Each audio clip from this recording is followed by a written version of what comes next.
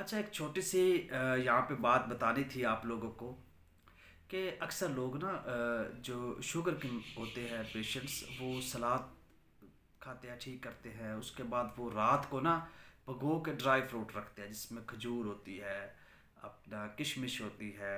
انجیر ہوتی ہے، اس طریقے کی چیزیں ساری، بادام ہو گیا، اخروٹ ہو گیا، سو اس طرح اس میں ایک چیز کا وہ ایڈیشن اور بھی کرتے ہیں، وہ کرتے ہیں چھواروں کا۔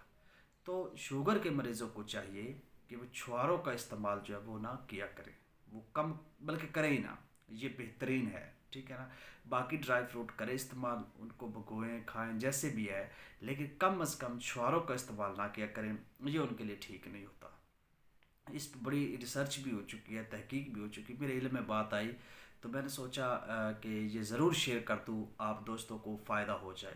تو چھواروں کا استعمال شوگر کے مریض جو ہے نا وہ بالکل بھی نہ کریں، یہ ان کے لیے ٹھیک نہیں ہے۔ شارٹ سی ویڈیو تھی، اس پہ سوچا بتا دوں، تو اس پہ ضرور عمل کریں، باقی ٹھیک ہے، اٹس اوکے۔